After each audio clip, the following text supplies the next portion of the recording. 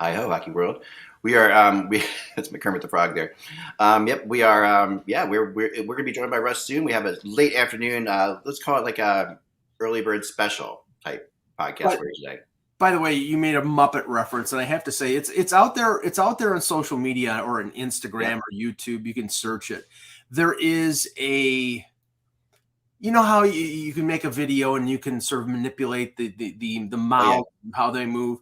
There is a video of the Swedish chef yeah. and the I can't think of the drummer animal Animal, yeah. and one other member, and they're doing the Beastie Boys. Yep. It's friggin' It's hilarious. that's actually not manipulated. That was actually done by the Muppets. Oh, The Muppets really? put that out on their own. Yeah, they've done a couple of those kind of things that are just really funny. They did. That was great. I Oh loved yeah, it. no, they do. There are still some good people there. I mean, they've lost a lot of their soul since they were bought by Disney, but there are still some. Chalk. Yeah, they really have. I mean, believe me, that's a big topic in this house because my son being a puppeteer and stuff like that, and an animal rights guy. Can, can, Yeah, I, can I ask what hasn't Disney destroyed? I think they've destroyed Marvel. yeah, I think they've destroyed the Star Wars yeah. things. Well, it's funny because I mean, I don't know if they destroyed Star Wars, but they definitely have beaten They've it to the beaten them ground. into the ground. That's what they've Yeah, done. I think that's true. There used to be an expression when I was in the music industry. Disney was when I was done signing my record deals and we just went independent. We didn't want to sign any more deals.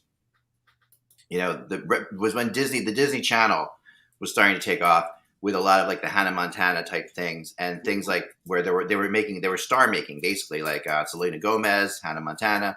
Right. They were these big Disney stars were becoming big music stars, and I talked to some people who were in some of their bands stuff like that over the years and stuff like and they all have the same expression. They don't use the word screwed, but you can understand what the word they would use instead. But you've never been screwed until you've been screwed by the mouse. That's the expression in the music industry. Right. And that's what Yeah. that's what they say about Disney. It's like, yeah, because working for Disney, it definitely is like it's insane. I mean, and the things that Disney allows and doesn't allow, and and I mean, they're finally getting into like including like the LGBT community, something like that. But it's taking forever for Disney to come around to anything like that. They've been so. Well, Anyway, they may have to move a lot of their holdings in Florida because the state's not going to go along with a lot of the stuff that they're doing. I won't don't get into politics here, but yeah, that whole thing blew up last year, and yeah, it did. I And mean, I think and when the governor down there is using the word woke in the wrong way, it's just like it's all insane, But yeah, I think at the end of the day, there are some good people at Disney too. There are, I know some people there, but it's just like, it is a really crazy thing, what it's become. And I mean, for a while, it felt like the only way you could make it in the music industry was like through Disney, like the Disney Channel. Like when my kids were younger, the Disney Channel radio station on XM was all they listened to, which was basically just promoting Disney artists all the time. well, so it's Miley Cyrus It was and Miley Cyrus, Victoria, this girl Victoria, I don't remember her name, Selena Gomez. There's some of these bands, I'm sorry, my daughter would probably hear me. well, wasn't like I mean, and it's an earlier generation. Wasn't Britney Spears and Timberlake? Weren't they like? I think they might have come up at Disney. But there Yeah. are some other bands that you wouldn't know that I don't know either. But there are some big pop bands now that are in the world that were bands that came up of Disney shows. For sure. Like the whole Monkeys thing that we always thought was really funny, that the Monkeys became an actual band, Yes. has happened with Disney many times over. Right. And yeah, Victoria Justice. There you go. Victoria. And then there's a guy band in there. Maybe you guys in the chat room will know. Not One Direction. They weren't. No. But there is a guy band. Oh man, my daughter can hear this. I mean, We'll come down and talk about it. I'm 55 years old, so the fact that I don't know this is a good thing. Yeah, no, it's fine. I mean, but it's and not that it's Hey, what was that? What was that band that came out of Disney Channel? Like the guy band that's like Big Head Todd. No, not Big Head Todd. What? Yeah, Big Head Rush, right? Big Time Rush. There you go. Big Time Rush. Time Rush. Wow. You probably never heard of them, but they are actually pretty mainstream now. Never The heard. Jonas Brothers came out of Disney. That's true. Mm. Yeah, so that's a lot. It's really. A lot of bad music. Well, not bad. I can't say that. I mean, the Jonas Brothers are half decent. I mean, and and Nick Jonas is a really great guy, but I think it's like there's a lot of, but who knows? I mean, it definitely the Disney big hit rest. There was Lemonade Mouth was a movie that was on there. That was a band that came out of there. I think Big Head Rush came out of that, didn't they? Lemonade Um, Mouth. Lemonade Mouth. There's another. It's a movie. So it's a movie basically about a band. So it's a lot like Spinal Tap or whatever, but it's about these kids in high school that form a band, and that band then actually went on and toured. And the girl who was in the band then had her solo career. But it was just a movie about a high school band put together. So it's fascinating. They really. Well, okay. There's so much content out there in terms of like Amazon Prime and Hulu and Disney and Apple and whatever. And honestly, just limiting it to the Star Wars stuff. Yeah. Like the 3 movies since Disney took over. Yeah. I thought one of the 3 were good. The first one was good. It's gotten considerably worse. Yes. The only part of the last one that was good was anything involving Mark Hamill and Luke Skywalker. Yeah, but the end of the Mark Hamill part, you're right. I agree with that. Right. But the only good movie was Rogue One. I mean, of the rest of them, I didn't like the Boba Fett spin-off. I didn't, like. Did you see the Han Solo one? I heard Solo was terrible. I didn't see that one. No, Russ is going to be here today, guys. Don't worry about it. Yeah, no, he's coming in a few minutes. But and I've heard good things about Andor, but I it's like I don't know how much I want to get into the minutia. It's like so I mean. No, I mean I agree. Now the Hanson brothers, people are talking about them in the chat room. They are not Disney. No, they're not Disney. And I know that for a very good reason, because when my first album came out, the same day the first Hanson Brothers album came out on the same record label, and we got no attention whatsoever. So that Pop song is the bane of my existence. That's the song. It cannot be played in this house at all. It cannot even be said. I think the fact I just said it, I think I have to like spit in another direction or something like that. But yeah, that song is just right. Bop. Yeah. I mean, yeah. So that was, when you're with a record label, you try to get there's only so much promotion that can be done. And, so we were with Mercury Records, and our album came out the same day as Bop. Russ Cohen appears. It was the worst. Yes, here is Russ. So we are going to get going. We were just talking about how Disney has screwed up the music industry. I remember Bop only because I was still doing some software stuff with software companies, and they put out a game called it was like there was a series on Nickelodeon with like gross stuff, and they used the Bop soundtrack for that game. That's the only reason I knew that song even existed, is because they licensed it for this game. My craziest brush with that kind of stuff that's really weird, of like in the beginnings of songs that become epically famous but like were connected to my band in a weird way, is this one. So we had just been signed by a manager. We weren't even in the record company yet, but a manager found us, saw us playing in New Hope, Pennsylvania, and said, he was the guy who managed Robert Hazard. People out there, it's not like New Hope is a major area. No. It's a nice little place to go to in the summer, but it's, you got to. It's an artist town. It's an artist town on Delaware River, really close to where Washington crossed the river years ago. But they have a lot of cool like little venues in there, and it's a lot of bikers go there for some reason. I don't know why. Yeah, it's actually turned that way, but it wasn't that way back then. So we were talking about you're talking about the late 80s, early 90s now. Yeah. And we got signed by a manager who really liked our stuff and got us our first, like, we were playing open mic nights in New Hope at the time. And he got us our first show. He said, you guys need to do an actual show. And then so we did an actual show. We did one show where we had to learn like a bunch of songs really quickly to do like an hour worth. That was tough. And then 3 nights later, he called us up and said, I got you an opening spot at the TLA in Philadelphia, which is a big theater. It's like an 800,000 seat. Yeah, I've been to the TLA. Yeah, TLA in Philadelphia. And 800,000, 800 to 1,000. It was opening for a band that sold out the theater in less than 25 seconds.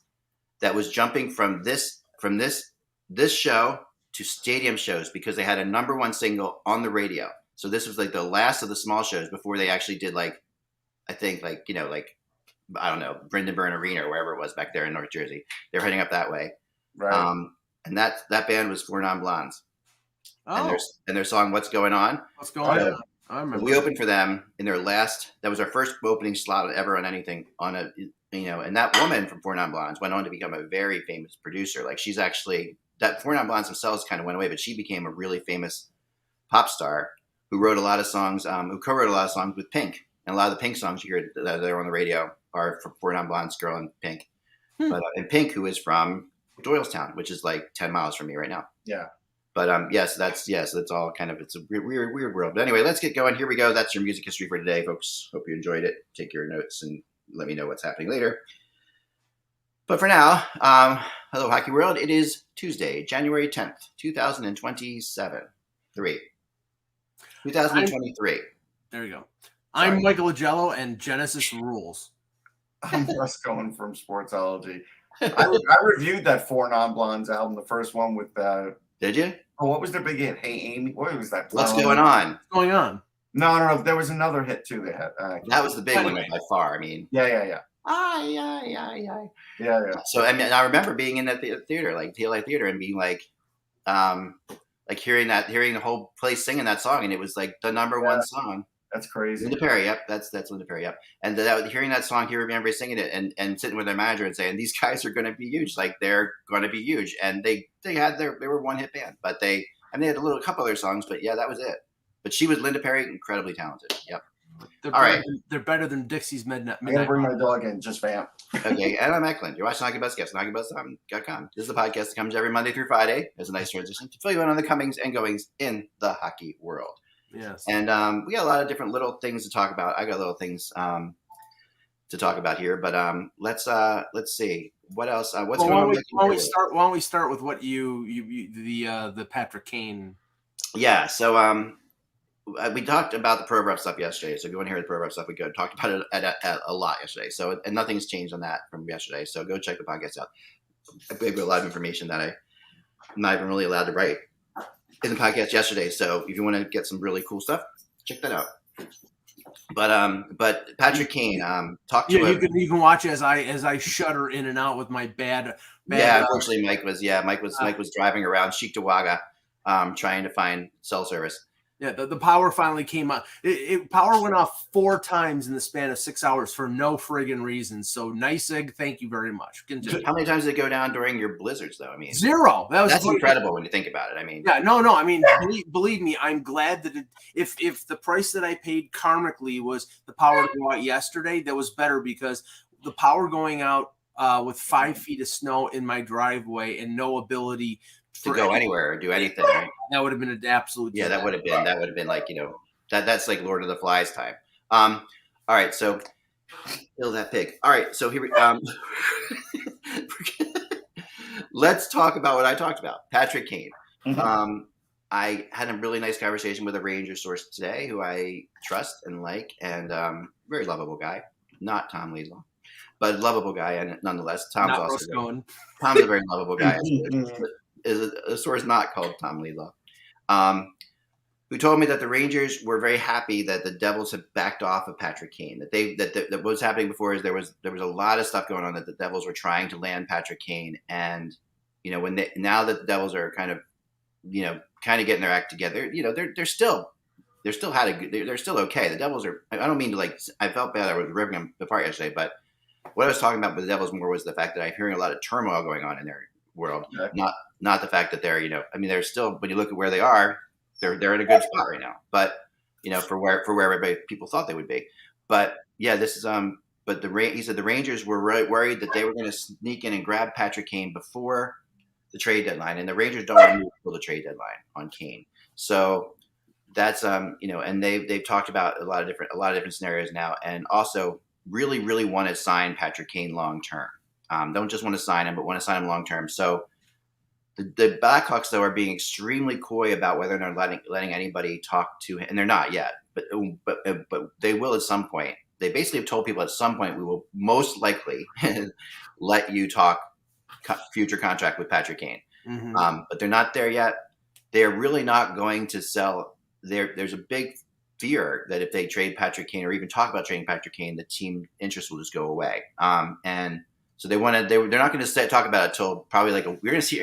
My guess, a week to 10 days before the trade deadline, we'll hear that teams are being allowed to talk to Patrick Kane. Well, I mean, that makes sense because teams are probably not going to really want to trade. Okay, let's just say this: a team that has cap space, right, will want to try to trade for him now and try to sign him as soon as possible. But the teams like the Rangers, who don't have a ton of cap space, and 99% of the teams, and 99% of the teams that are going to be buying at the deadline, they're going to wait until the absolute last friggin' second. Like, who's the team that would be buying at the deadline, except for, I guess, maybe the Devils, that would have cap space? I mean, there are not many teams in the playoffs with tons of cap space. That's not. Well, yeah, I mean, okay.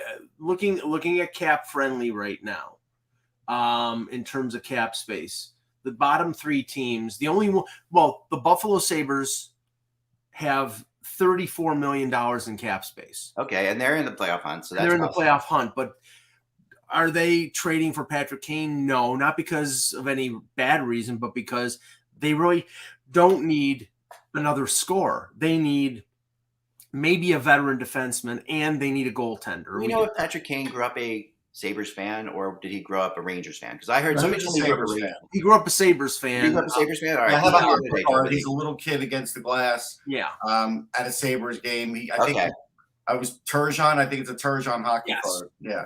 But the interesting thing about the Sabres is this, Mike, and I know you're going to say they're not going to trade for him, and they're not. I don't think they are either. But here's the interesting thing when you go about that.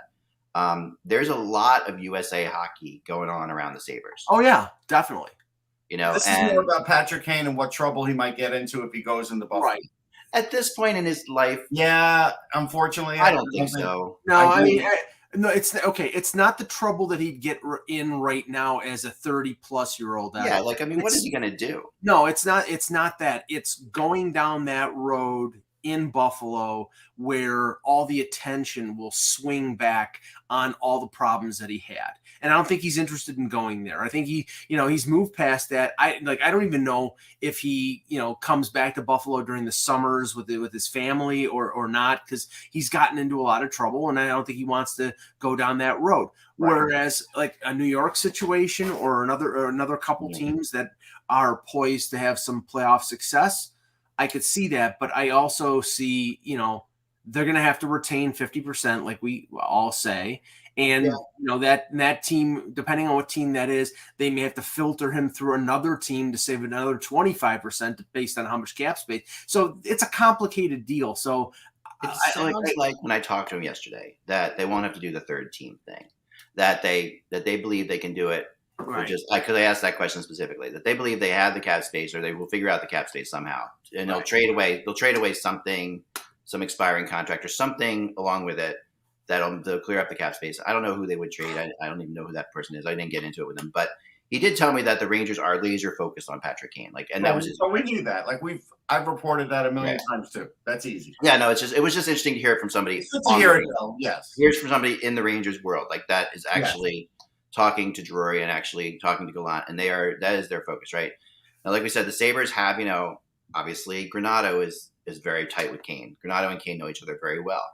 The USA people up there, like I said, Adams, these are all team. Jeremiah Crow and look at all like this is a heavy team USA hockey world, and if Patrick Kane was a Sabres fan, it's not to say, and the Sabres are high scoring team. They're playing a kind of style that Patrick Kane would fit into. Yeah. It's not to say that maybe he doesn't think this is a possibility. Now, Johnny Red brings up something, so Kane has been out the last 2 games with an unspecified injury. Yeah.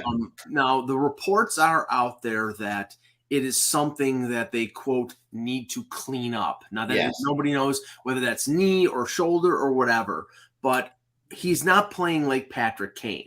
He's not playing at the level that Patrick Kane normally plays. I heard he's got some gunk in his knee, and it's like the kind of scope out like that stuff. If anybody's ever had if you've ever had water on your kneecap and stuff like that kind of thing. Now, if they do that in season, he could be out until it'd be like a Ryan O'Reilly situation where he could be out for 6 weeks and get back just before the deadline. But would that kill the value of him at the trade deadline? I don't think it would. It should. It would not. Because if he's an older guy with water on his knee, that is something that keeps coming back. It doesn't get fixed once. Yeah. It always has to get drained. Almost every hockey player has this. If you ask them, though, it's like water on the knee is not an uncommon thing for hockey players. I know that, but I'm just saying me personally, I'm pretty sure Lafreniere is going to get offered up in this deal, and I'm not trading it for a guy with water on the knee who may not sign next year. Not doing it. No, I think Lafreniere is not. And I asked that question too because we had talked about Lafreniere last week, and they're going to lie about it until it actually happens. Because if it actually got, he didn't deny. To let me finish. He did not deny it. Like Kevin and I were saying that Lafreniere couldn't be in that deal at all, and he said no, it could be, but it would have to be like you said. Along with an extension, and the knowledge that he's there for 7 or 8 years or whatever. I mean, a prospect coming back in the deal because it'd be more than that, be a prospect too. But no, Lafreniere is an interesting case for that. Is an interesting move, probably a relatively fair trade in some ways. Because Kane. Listen, this Blackhawks are okay with Kane not playing right now. I mean, the reality is that if he's got anything at all going on, they're gonna hold him out and be like, okay, they want him to play, the 2 weeks leading up to the trade deadline, but they don't want him to play now because everybody knows who Patrick Kane is. It's not like you're gonna go, hey, send your scouts over to look at Patrick Kane. No, but okay. Here's the problem, and I've seen this happen with the Rangers before, bringing in stars. It happened with Eric Stahl. The later you bring him in, the less time that they had to get chemistry with players. I know he has chemistry with Panarin, but that's not enough. You need to have a cohesive line going before the playoffs start, because otherwise any great player could still screw up a team's chemistry. But I think that that's a bit of a over statement, Russ. Just because I'll say that there are different kinds of great players, right? And like Martin St. Louis shows up and doesn't mess with the chemistry. To me, he and Kane are similar. Like Kane's not going to screw with. He didn't show up like a day before the playoffs. He showed up at the trade dedeadline. He had a chance to play a few weeks. It'll be 5 weeks between the deadline. I think that's plenty of time. I mean, I think that for players for Hall of Fame players, I don't. You know what? Take away the Hall of Famer part. It doesn't matter that he's a Hall of Famer. I'm telling you, the Rangers have acquired Hall of Famers all throughout my lifetime. No, I know they have. Some work and some don't. And they've gotten some guys that are older too. They tend to get older guys. Well, Kane's not young, but he can still play. But the point is, if he comes in and he's coming off of this and he's limping around and they say, yeah, he'll be ready for the playoffs, and he can only play a week or so with a line, it's not going to be good. He needs to play like 3 weeks with this team to kind of get it going, because I don't think that they would make this trade, Russ, at all if Kane's not playing 2 weeks before the deadline. Like, right. Yeah, but that's hard to plan sometimes. I'm just saying there is a big element of risk for the Rangers getting this guy, because he still doesn't cure their defense. They still have to take care of that too. No, that's true. But he definitely, I mean, listen, he's just a gamer. I mean, the reality is, no one has more overtime goals in the playoffs than Patrick Kane practically. He is a guy who's going to win you playoff series. And there's just no getting around it. Like, you add him to your team last year, you might have won the Stanley Cup. The reality is that's how good he is. You definitely get past Tampa, I think, with Patrick Kane in the lineup last year. And, because you're only a goal or two away from getting past Tampa now, as it is. Yeah, again, all right, so here's the problem too. All right, so you're bringing in Patrick Kane. Now what are you doing on the power play? Because now you've got like the biggest star-studded power play that isn't the greatest in the league, even with the guys they have. Where are you putting Patrick Kane on the power play? Like, all of a sudden, there's so many guys on this top power play, and this top power play plays like a minute 20 sometimes, and the second power play barely plays. So now you're taking somebody off of this power play that is a really good player and hoping that Patrick Kane can do something on the power. I mean, there are risks here. Oh, there's risks always. There's always risks. There's always risks. But, I think at the end of the day, if you can add a player of that, like, we haven't seen a player of that level added at the deadline in many, many, many years. Well, not since St. Louis. That's. And I would even say he's better right now than St. Louis was when St. Louis, in his career, he still has more left than St. Louis had left. So, to me, I thought Martin St. Louis that was a risky move. Like, people are bringing up Guy Lafleur. Obviously these are players the Rangers got over there. Lindros, they got it, at the end, but they didn't give up a lot for that. Like, that was like, Glenn Anderson. How much did they give? Yeah, but Glenn Anderson was still good for them. How much did they give up for Lindros? Not a whole lot. No, not a whole lot. They gave up Gartner for Glenn Anderson, and he's still pissed off to this day because that that was kind of that was obviously Glenn Sather, and all that stuff. But The reality is this is a star, and yes, you'll find spots for him on the power play. Whether or not it might be the most impactful move that the Rangers have made in terms of a trade since trading for Messier. That's what I would say.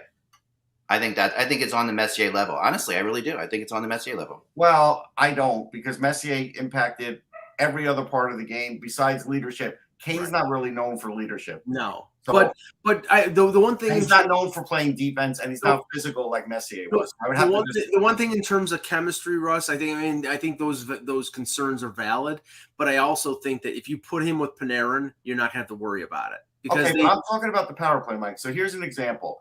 Trocheck has 11 power play goals. 11. Right. You can't take him off. Are you taking Zibanejad off? Are you taking Panarin off? Like, who exactly are you taking off this power play? Are you taking Fox off? Kreider? You take Kreider off? You're taking Kreider off, a guy who led the league in power play goals last year. No, but the thing is, you also have to make your number 2 power play. Yeah, to me, what I'm doing in this situation is I'm not making that. I'm not having to have that power play unit play a minute 20 anymore. Like the reality is the coach does. That's the problem. When you get to the playoffs, you don't want that. Like when you get to the playoffs, but that's what the coach does there. Yeah. Oh, I know. And you're not going to go to a 5-forward power play and take Adam Fox off there. So no, that's what I'm saying. There's not an easy solution to say, oh, well, this guy could easily come off the power play and put Patrick Kane in there. It's not. You know what? Patrick Kane this is a great problem to have, Russ. Yes. I mean, this is like it's hard. It's hard to feel sorry for the Rangers if they get Patrick Kane. Sorry. Power play goals this year.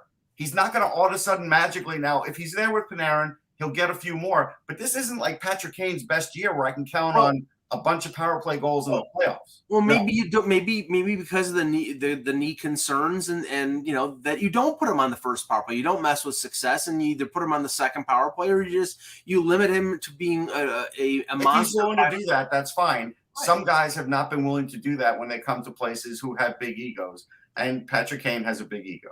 Oh, whoa! On the ice, I'm not buying that. Like I agree with you. Off the ice, I think he has a pretty good. No, on the ice. When I've talked to people who play with him, I have never heard. I'm not saying he's a selfish player on the ice, but I'm saying as far as a guy with his credentials coming into New York, of course, he's got an ego. Of course, he should have it. You want snipers to have egos. By the way, obviously, you want them to think they're going to score because you want them to shoot. You want them to have that thing, that mentality. I've never met a sniper that didn't have an ego, but he's a good teammate. And and with Team USA, he's been a good teammate too. Not just with he's been great with Team USA. Not just with more like the talent he has in Chicago. He's played on some Team USA World Championship teams where there wasn't a ton of talent, just over it, and been standout, like just and led to, and been leader and been a leader, been worn the sea and been the he can do that. There's no two ways about it. Like I think now when listen, people in chat room are ripping on me for saying that this could be as impactful as Messier. Or I'm not saying he's going to be as good as Messier, who's the best Ranger of all time, according to Russ Cohen's book of 100 top Rangers of all time, right? He's not the best in that. Brian Leach is, but oh, he isn't? I'm sorry. I thought he was. That's all right. What is he, number 2? No, he's like number 4, I think. Okay, all right. I'm not saying that Kane's going to even reach the top 10. But what I'm going to say is Kane, for where this Rangers team is right now, could be as impactful as Messier was for where that Rangers team was then. And that's how I see it. Like I see that Messier came in and took that Rangers team over the top, and Kane could do the same. That Rangers team was already pretty good without Messier. Now, there's room for him, but the question is, Kakko has just caught fire on the top line with Zibanejad and Kreider. Is Patrick Kane going to play the second line with Trocheck and Panarin? That's the question. Yeah, I think he would. Okay.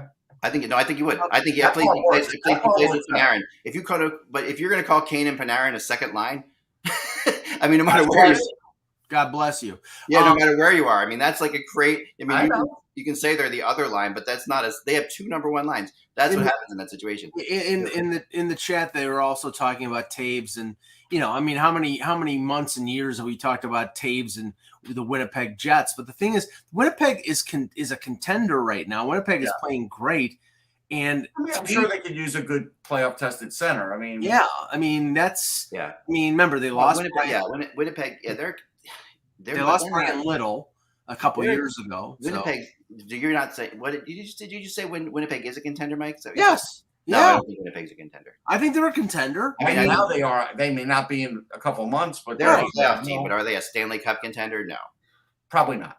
I don't put them as a Stanley Cup. Carry them, a couple rounds. If you they could be a playoff. They could be a playoff team if their goalie gets hot enough. They could go wow. Right. If you add a Taves as a second or third line center behind Scheifele, I think they're going to be an extremely tough. I don't know if they're going to win at all. They're still not a cup contender with Taves on their team.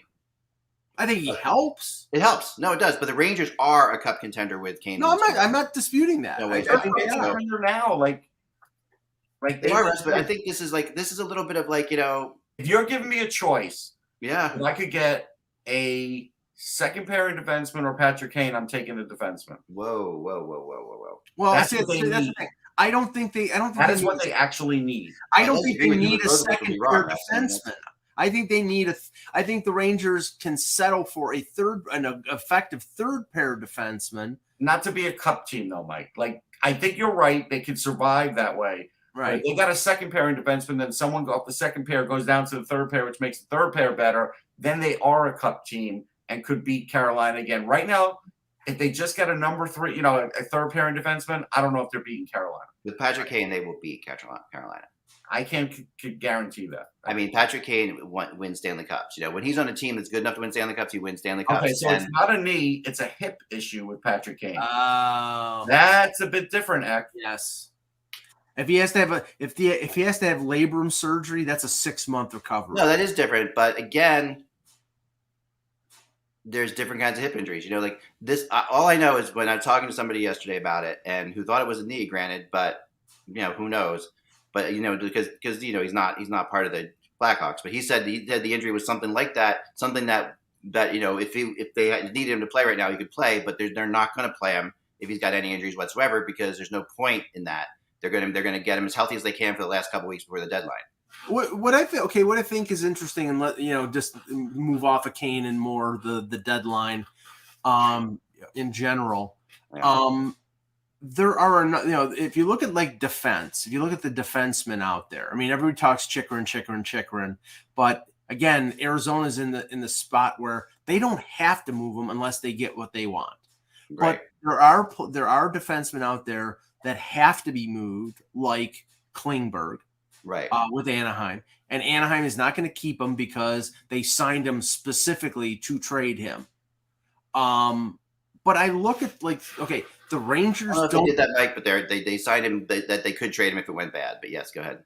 Well, no, right. Anaheim, I think, had playoff. If they were contending for a playoff spot, then they would have kept him. Right, they had playoff hopes, but they knew they could also trade him if they had to. Exactly.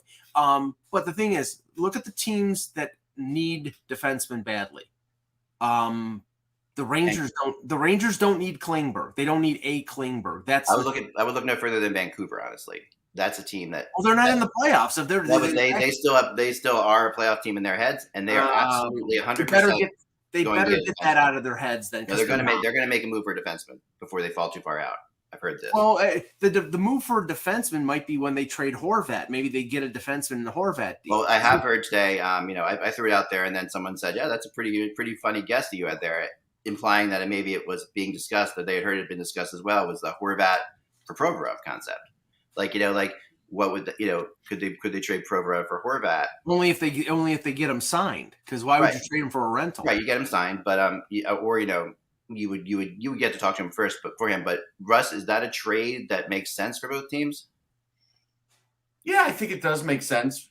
Yeah, I think so too. I mean, the Flyers need that kind of center, especially. But he's not a number one. No, he's not a number one center. He's having a number one center type of year, but he's not a number one center. He's a good number two. Yeah. And if Couturier ever comes back, then you have him and Couturier as a 1-2 punch. That's not terrible. No, that's a good 1-2 punch. But I don't think Couturier coming back is a huge if to me. It's a big if. I'm not sure we're seeing him this year. I mean, not this year. I'm talking about future. I'm talking about next year. The other night, just hanging out in the suites with the kids he has the Couturier thing with, which is really cool. He has this really great thing that he has. That he buys. By the way, off the Trib, whoever that is out in Vancouver or somewhere, maybe in Pittsburgh. Sorry, it's Pittsburgh. Here's a quote from Jim Rutherford. He was talking about the cap. He basically said it was worse than he thought it was. And they can't go anywhere until they fix the cap. Yeah. No, it's true. Well, I don't know if they're making big trades because he goes, yeah, we have some work to do to improve the team. It's probably been a bit bigger of a challenge than I expected. Mm-hmm. And to try and unravel the cap situation, the sooner we can do that, the sooner we can move forward and improve the team. Well, do you think you should give Jim Benning a call and say, what the hell were you thinking about when you traded for Oliver? Well, he hasn't done any better. It takes a while to undo this. Like it took Yeah. Bill Guerin a couple years to undo Fletcher in Minnesota, right? I'm not sure Patrick Alvin's done anything to help the Cap. Well, Right. no, but the thing is, Jim Rutherford not only has to manage down in terms of the team, he's got to manage up with the ownership of that team, who refuses to accept reality that team needs a rebuild more than anything. Now, this is the problem here. I'm looking at their cap right now. They say they're going to trade Besser. Besser's got 2 more years at over $6 million. Yep. Okay. They want to trade him because they have to get Kuzmenko signed and they have to re-sign Pettersson on a long-term extension. He's got a year left after this year. They're locked in on JT Miller for 7 more years. Yeah. Here's the stupid thing, and it has nothing to do with the quality of the player, Russ, but what are you doing where you are as an organization spending almost $5 million on Ilya Mikheyev? You don't have that money. That's fine. I mean, overall, he doesn't help the Cap. I agree. It's way too much money for Miller, even though he's close to a point a game and he's a valuable player. But they have overpaid on all these players. That's my basic point. Every time a guy's been up for a contract, they've given him like above market value. And they're not. Listen, they're not a rebuild team because they can't be because of their situation. Just because when you have the players they have that are young that are good. I mean, Pettersson, Hughes, and Demko. If you said it was a rebuild, just Pettersson, Hughes, and Demko right there are 3 great players in great positions, right? But that's not enough to win. No, but that you don't rebuild when you got players like that. You retool. Like you go through. You can retool around those players. The signing of Mikheyev, I'm sorry, I always mess his name up, but the signing of him for $5 million, I thought was brilliant, to be honest. And I mean, if they don't have cap space, if you just look at his value, I'm okay with him and his value. I've told Mike that, but in the grand scheme of things, knowing how tight their cap is, it wasn't the smartest thing to do because they already had overpaid for Miller. They hadn't done anything with Besser yet. Like, this is the thing. I mean, but he knew they were going to trade Besser, and he knew they were going to trade. Yeah, but they still haven't. Like, that's the reality is they still have to do 2 or 3 things to sort of get things in some sort of order and maybe try and make the playoffs. Like, that's a hard thing to do. I mean, they're like the Islanders in terms of forwards, where they're paying guys. Now, okay, Horvat is having a career year, and he's going to make big money in free agency, and they re-signed Miller, but Connor Garland at almost $5 million, Mikheyev at almost $5 million, Besser at 6.6, who now wants out. I mean, they have a lot of money. It's not dead money, but it's misappropriated money. And when on top of that, are getting paid about what they should get paid, Mike. I mean, those are like, don't you think? Connor Garland's got 6 goals. I don't think that's what he should. No, Garland's having a horrible year, but I would have easily paid him $5 million too. Like, I'm not. Well, no, you would have. We were all like. not there with that amount. Like, we like Connor Garland. You liked him better, but we weren't there with that amount, and he really has not produced well as a. No, you know what's going to end up being the solution here, and it's not above Jim Rutherford to do something like this. They've got Tyler Myers at $6 million for this year and next year. I could see if they don't win the lottery and they have a pick in 10, 11, 12, that they're going to have to link that first round pick to Tyler Myers to move him out so they can have some breathing room in terms of being able to sign some of their players because they have money. Like, okay, Tyler Myers and OEL, like it's ridiculous. OEL's okay, Russ. Unless they trade OEL to San Jose for Erik Karlsson, you know what I'm saying? One boat anchor contract for another. There's no way they're getting rid of him. None. Are they going to buy him? Are they going to buy him out? That's what I'm saying. Nick. No one GM has ruined this cap. It's been a continued group effort. No, I think Benning ruined it, but I do think Rutherford, as he's admitting now, didn't take enough into account about how badly he had ruined it. Like, and I think that's the reality. Like, I think Rutherford's signings have made sense in a world where the cap wasn't completely disastrous. You know what? That's fair. Yeah, I'm looking at it right now, and a buyout of Oliver Ekman-Larsson is extremely possible. Yeah, because I look at it right now here. First year cap hit less than $200,000, 2.3, 4.7, 4.7, then 2.1, 2.1, 2.1, 2.1. It's not ridiculous, Russ. He's a $7.8 million cap hit, and that is an absolute killer. And they'll go right back to Arizona, like they'll take him open arms. Right? Oh, sure, but it was an absolutely dumb deal. Yeah. I mean, it was short-sighted. They were getting rid of their own cap problems. Well, yeah, they were, but they took on a bigger one that was bad. Well, they took on a guy who could actually play, but the philosophy was, okay, we're going to get rid of all of our guys who had 1 year left on their deals. We know all of them. And we're going to take on a guy who's got 6 years left in his contract. Why? Because the owner wants to win so badly that he's going to do something stupid. And that's what they keep doing. They keep going down the stupid road. And it's a good, they've got a lot of talent in this organization, but it's all over the place. They need, and Jim, I don't know if Jim Rutherford can solve the problem, because Jim Rutherford is Trader Jim. He likes to. Yeah, but Jim Rutherford also is very long range thinker. And I would bet anything, we were all hearing now that Besser and Horvat are done, at the end of the year, or they're going to be moved. I bet anything that he knew that before he even made that Oliver Ekman-Larsson trade. And in his mind, he was saying to himself and saying, okay, I got to change the culture of these two guys, because I've heard that they're in one camp and that Pettersson's group's in another camp. And I heard that, I hope this. I hope Rutherford doesn't try to pull this. Well, if you want Horvat in a deal, you're going to have to take Tyler Myers type of thing. How we've heard that with other deals before. That doesn't work. No one's going to be able to pull that off right now with the cap the way it is. Tyler Myers will be able to be moved when the cap goes up, though. You will be able to move him because he's not. Welcome back to Question of the Day. To compete against local players near you. Is that Alexa? What is happening? Ready to start your 70? Stop it. Jeez. Heck, did you hire Alexa? I didn't know Alexa was over here. I must have said something. That's really funny. We should have played along with the question of the day. I know. I was curious. Anyway, I'm sorry. I thought you said it up on the show. Like, Alexa does have a hot voice. All right. No, but let's think about this for a second. Sorry for me. Wow, talk about momentum. We've something good going on. We're rolling down the table, and then bam. Is Alexa under my desk? Oh no, just kidding. I know. That was really funny. All right, remember that one, guys, for our greatest hits moments. Okay, so Vancouver is, in my opinion, I like your Islanders comparison to a degree because they are they're a bubble playoff team. But they are a playoff team in my mind, and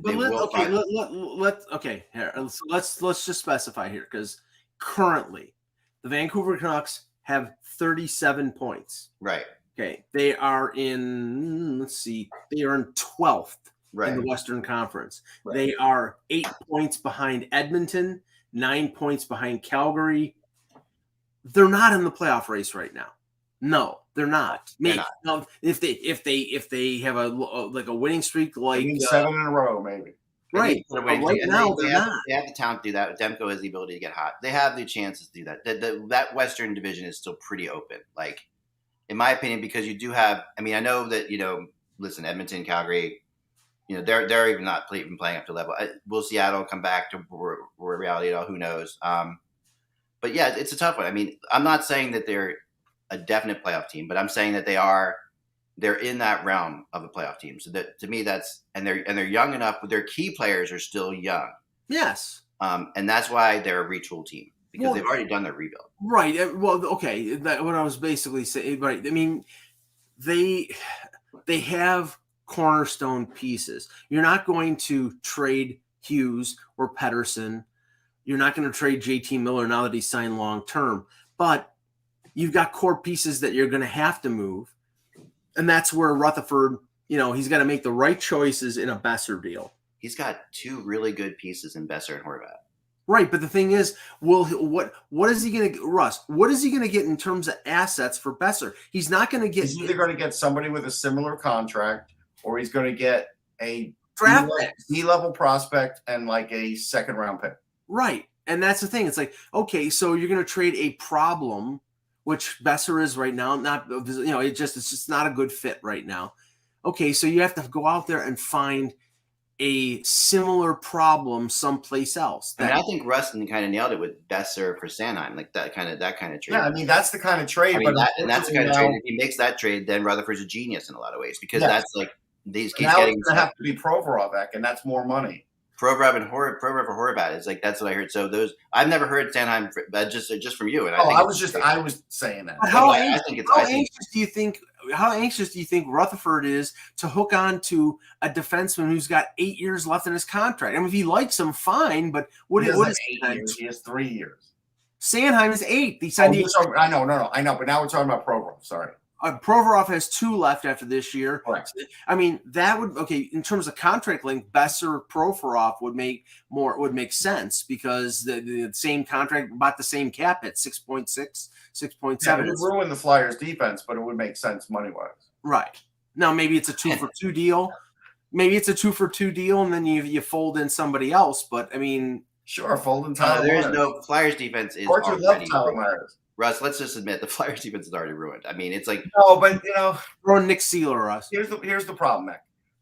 People don't appreciate. Now, I get it that Provorov has been a little bit of a diva the last couple of years, but people don't appreciate the fact that he's their best conditioned athlete. Oh yeah, 24 minutes. He's averaged 24 minutes a game for his career, and he's playing against the best guys. Now, he's one of my favorite. I'm 100. I'm all in on Provorov. You know that.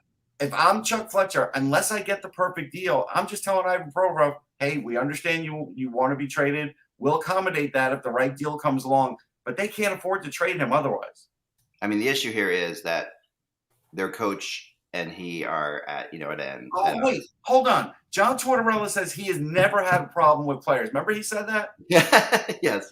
No, you're right. I take that back, Russ. I take that back. It's not Pierre-Luc Dubois. I take that back. Marian Gaborik. No, listen, players love. We've talked about it many times. The players either love or don't like him. Like I'm not gonna say they hate him, but there's players who don't like him, and there's players who absolutely like Cam Atkinson. Absolutely loves the guy. Like there's guys who absolutely love him. There's no question about it. But yeah, that's like I don't know. That's but I think Provorov is the Flyers defense is ruined because there's no balance to it at all. It's not because there's no talent on it. You want to see it be real rudderless? Take him off there. Oh, I know. Believe me, I know. But the fact that they have so many of the same kinds of players, and so many, like in Stratomatic terms, like 4-2s. You know what I mean? Like that's what they're going to be playing with the next 2-3 years.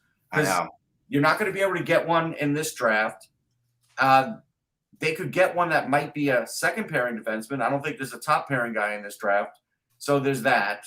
And then, you kind of go down the line. You're like, well, Torts is here for 4 years. He may not be able to have a chance to make the playoffs until year 4.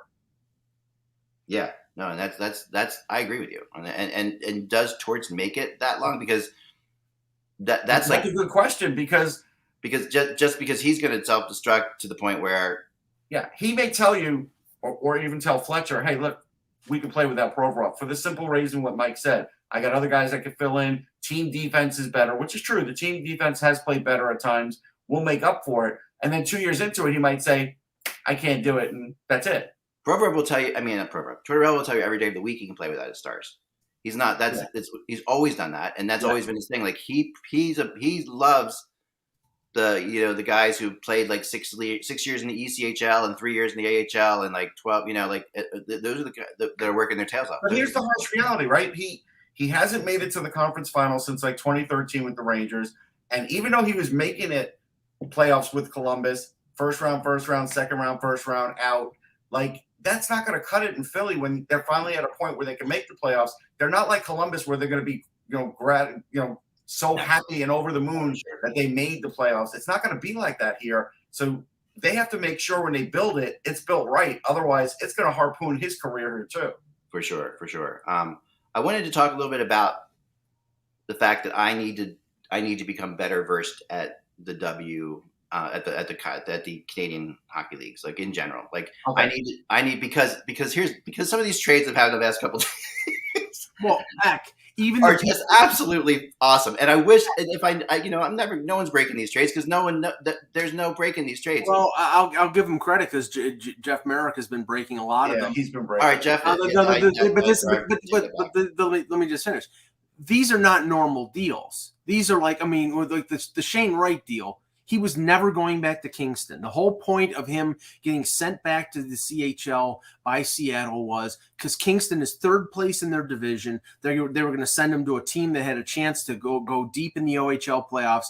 And I almost think, Russ, if I'm not wrong in saying Wright and his representatives are part of this situation in terms of where he wants to go. It was like London or North Bay or Windsor. Or I think Ottawa. there was some of that in there. Although Mark Hunter is acting. I think it's a Mark or Dale that didn't want to make a certain trade to get Shane Wright and is making a big deal about it as we speak. And again, well, he went to Windsor, so of course no, but London wanted him. London wanted him, and they couldn't, whatever. But yeah, I don't know which Hunter it was. Dale's the coach, Mark's the general manager. So, Right. It's Mark Hunter. I just wish on the trade deadline we could announce this. Ready?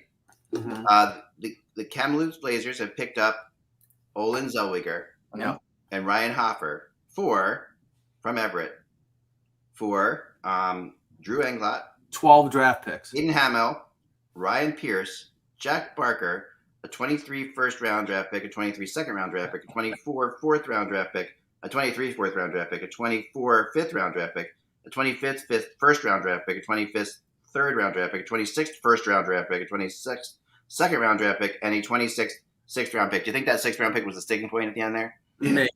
Yeah, and the funny thing is, Zach, is that probably next year when Kamloops trades one of their players, they'll get half those. No, they'll get half those draft picks back. That's the way it works. Yeah, I mean Zellweger's a game breaker, but the funny thing is, like in the NHL, when you start asking me about some of these prospects that are in deals, I can give you answers to 99% of them. Right. I can't do that in the OHL. I don't watch the OHL enough. Right. And when any of these guys that came back in the trade, Russ?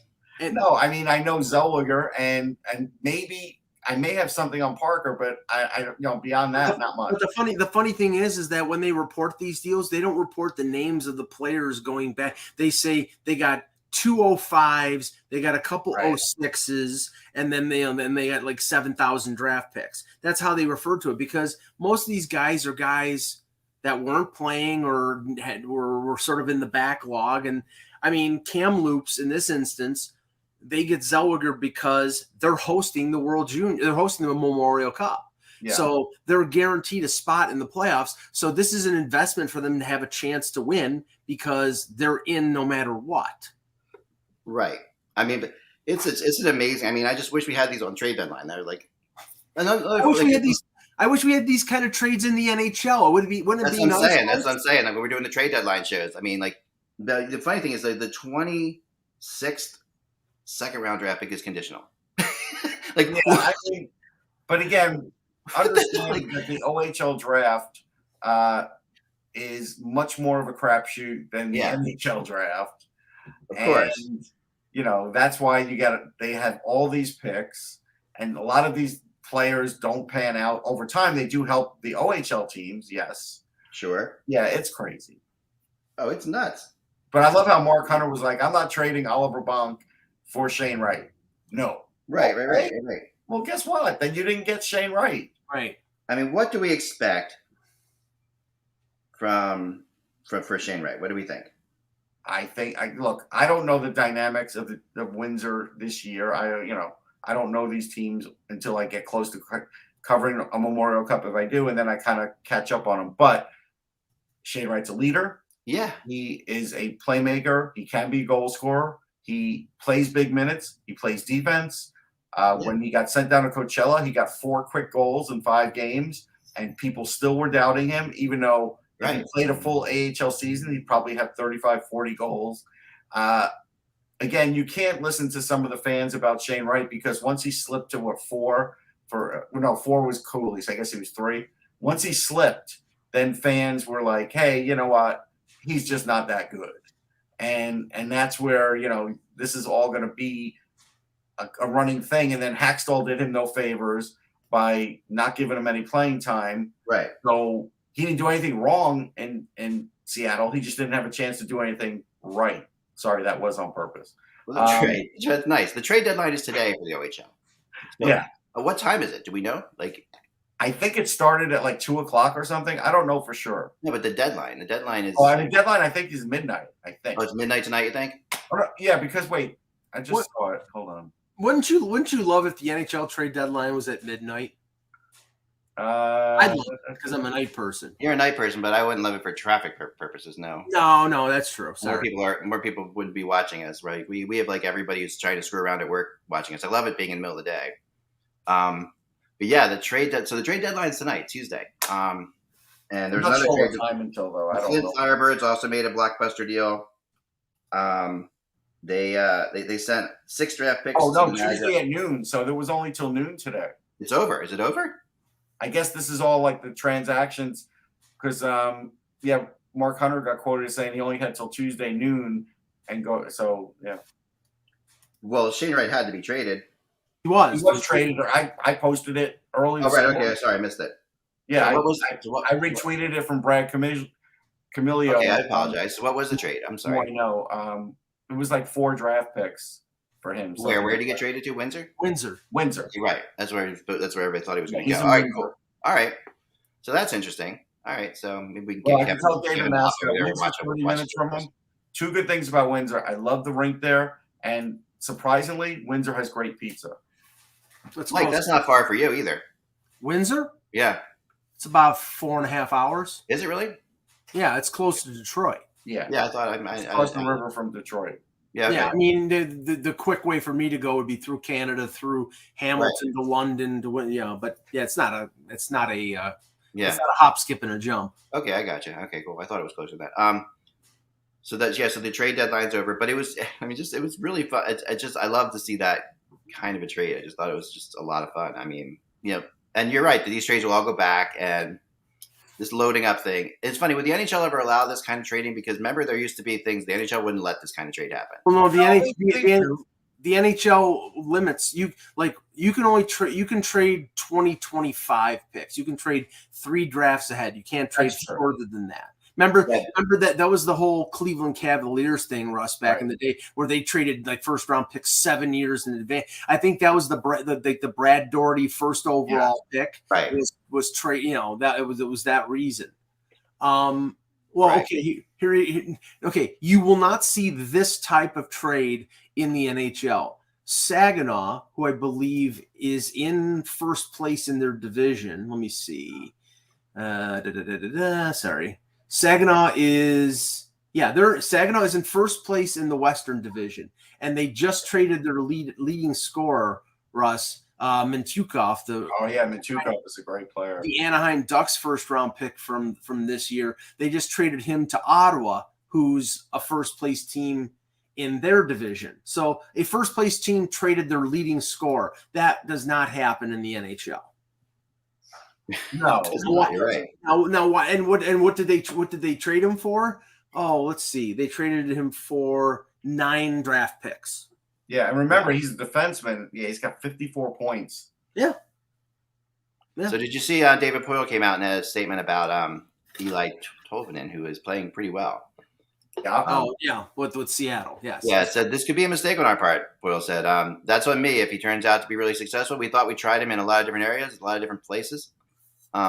He really hopes that he also mentioned that they hope to get him through on waivers, that they were hoping that. Well, obviously, the one place they didn't try him on was the power play because he scored a goal against Toronto on the power play. And he's got a big shot. Should try him on the power play. He's got an amazing shot. That's right. Exactly. So what? Okay, why basic things? So is that John Hines' problem because he didn't use the guy who's got a big shot on the power play?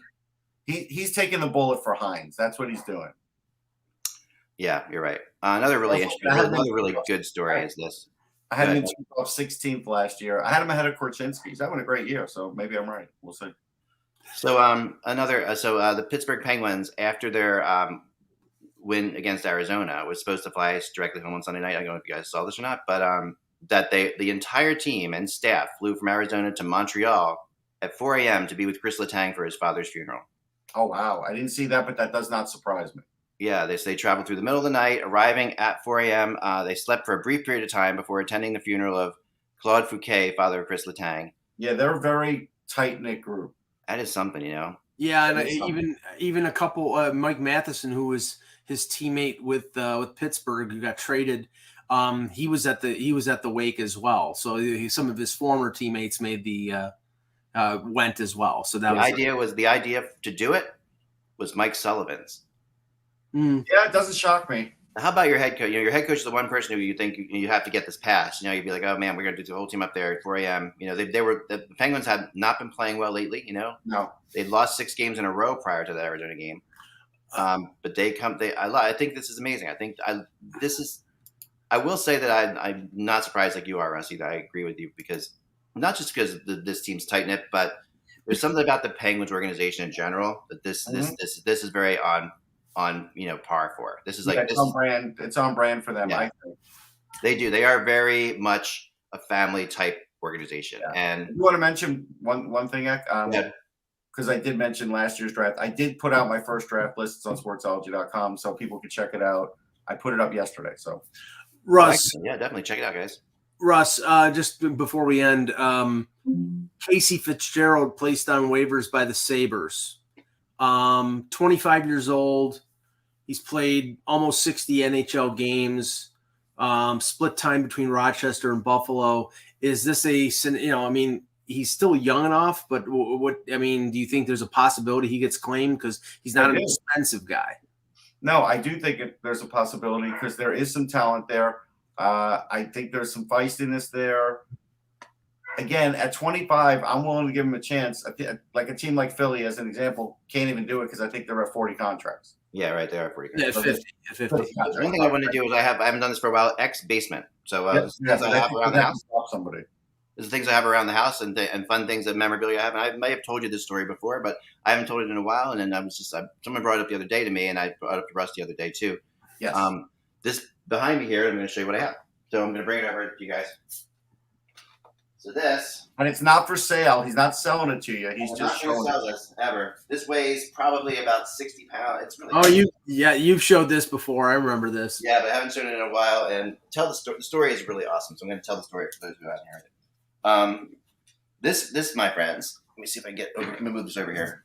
All right, move the chair over. Sorry, before I kill myself. All right, this right here is the bench from the Spectrum penalty box for the Flyers. So this is the Broad Street. When you think of the Broad Street Bullies, this is the actual bench from that team, and it's pretty cool because when you look in the bottom of it, it still has like the tape on it with all the scratches from the skates and all the different things on it. This is all still like. So this I came upon. Was so lucky to get this. It's like I'm going to sit on it while I do the rest of the podcast here. I'm going to use this as my chair. I'm so lucky to have like. Let's do the medicine ball. I have to leave, but I'm going to wait to see if it falls off this. Go ahead. No, I want to see if you want to wait to see if I fall off of it. Thanks, Russ. Yeah. I appreciate that. All right. Pretty tall. All right. So anyway, here's how I came about it. You can go, Russ, if you have to go. But so when the Spectrum was being blown up, basically imploded, years ago, they had a thing where you could go in like 4 a.m. People lined up at 4 a.m. They opened it at 9 a.m. You could go in and take whatever you could carry out. Like, and they had a lot of like chairs. I actually also in my garage had the netting from behind the goal, from like the big netting, the giant netting. I mean, it's enormous. I could run it across my entire front yard, but I don't know what I'd ever use it for. But I thought I might use it for my ice rink out there at some point. But I got the netting, and so I was doing a story the other day, I was doing a story about this before. So I went in there to write a story. So I got my press pass. I walked through and I saw them tearing things down. I saw them taking this box out of the penalty thing and putting it with other stuff they were going to do. Thanks, Tony. Appreciate it. So I saw this and I'm like, man, I really want that. I obviously couldn't take it at the time because I'm a reporter in there and stuff like that. So I watched where they were basically taking a bunch of broken chairs and throwing them into like the first level section. These were all broken chairs because they were pulling some of the chairs out. It's kind of thing you could buy the chairs. You buy chairs from stadiums. So they were taking them out in twos. Don't you have like Yankees chairs or something like that, Mike? No, but I know people who bought chairs from actually either bought chairs or a similar story to you. There were people who went into the odd before they knocked it down, went in with like a either a hammer or a screwdriver or whatever, and took out 2 or 3 seats in the orange section, which were they were wooden seats. Right, they're wooden seats. The ones that were actually, the funny thing was the ones in the lower levels, in the reds, the golds, and the lower blues, they had cushion seats, and those rotted after a while because. But the wooden ones are there's some of them are still circulating around there. And another interesting thing, I know somebody who apparently the odd was, it was public. You could go in and you could just go in. It was just like, right. The phones were still working. There were people who went up into the press box and made long distance phone calls. Oh, that's so funny. Oh yeah. So this was like the rule of this. So the rule the next day was, no special treatment for press or anything like that. So I was fine. I got to do my thing, and I got to go in and get it. So I got in line early, did the whole thing. But before I left, I did something kind of sneaky. I hid this, and I hid it. I hid it in a way that I couldn't I just grabbed it and I put it upside down, so that just the legs were sticking up in the area where they were throwing out all the chairs. And so more chairs got thrown on top of it because these were workers. They didn't have any care about this stuff. Hide in plain sight. So hid it in plain sight, right? So you weren't allowed to carry anything. You couldn't bring anything in to carry stuff out. So you couldn't bring a cart with you or anything. You could only take what you could carry physically. I had my daughter with me. She was really, really young. So anyway, we go in there, we finally get in there, and I look and I see across and I see this, I can see the legs still sticking up in that corner. I'm like, okay, I go grab it. I'm like, I take it and I sit her down on this at roughly in the blue, around the blue line on the ground. I'm like, you just stay here while I go get some more stuff. You sit on this. This is ours. We're going to take this back with us. And then I noticed some things people were doing that were smart because, like I said, you couldn't bring anything in to carry it out. And this weighs 60 pounds. I wanted to take some more things. People were going into the offices, like you said, and they were taking the wheelie chairs and using the wheelie chairs as a way of carrying stuff out. So I go into the office, I grab a couple wheelie chairs. I put the bench, one wheelie chair on each side of it. I grabbed my netting. I also grabbed a Bruce Springsteen poster that was used whenever someone would play at the Spectrum back in the day, they would do a full size picture that they would hang on the door for the artist. I found the Bruce Springsteen one. Bruce Springsteen was the last person to play in the Spectrum before they closed it down, so that was still on the artist's door. That was just lucky. I wouldn't have known that unless I was going looking for the wheelie chair. I saw it. I found that. Right. And then I grabbed that. I also grabbed a really weird medical device, which my wife said was like one of those shock to bring people back to life machines. You got a defibrillator? Yeah, a defibrillator from the 60s. It looks like it's crazy looking. It's like an antique.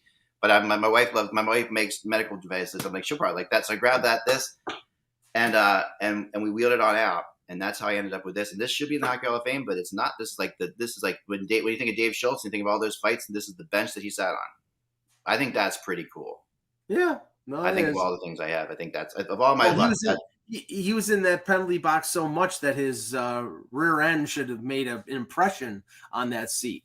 Right. It probably did. I mean, Bill Clement spent some time on this. Our buddies, I'm sure Laidlaw would be on the other bench, but he would have spent time on this one too. But this was from the Flyers playoff penalty bench, which I guess they changed in both periods or whatever. But it was one of these benches. It was that. So I was really, they were also pulling down plexiglass.